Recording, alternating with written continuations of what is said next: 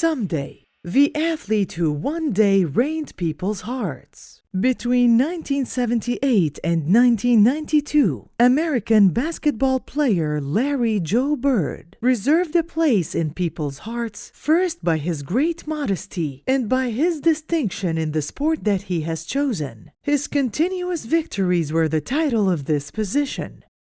Lary Bird was born on December 7, 1956 in West Baden Springs in southern Indiana. During his time at school, he would take advantage of all the available time between periods and classes, and also recess time to grow his skills through school playgrounds.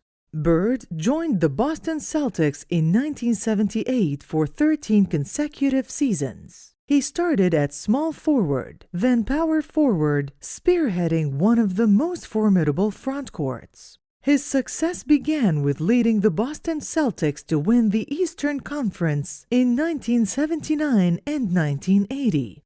He averaged 21 points and 10 rebounds. He's a three-time NBA champion in 1981, 1984, and 1986. His average was 27 points and 14 rebounds per game in 1984. Lary Bird finished his career with averages of more than 24 points, 10 rebounds, and 6 assists per game. Bird was a 12-time NBA All-Star and was named League's Most Valuable Player 3 consecutive times. He was a member of the Dream Team that won the gold medal in the 1992 Summer Olympics. Due to recurring back problems, Lary Bird retired as a player in 1992.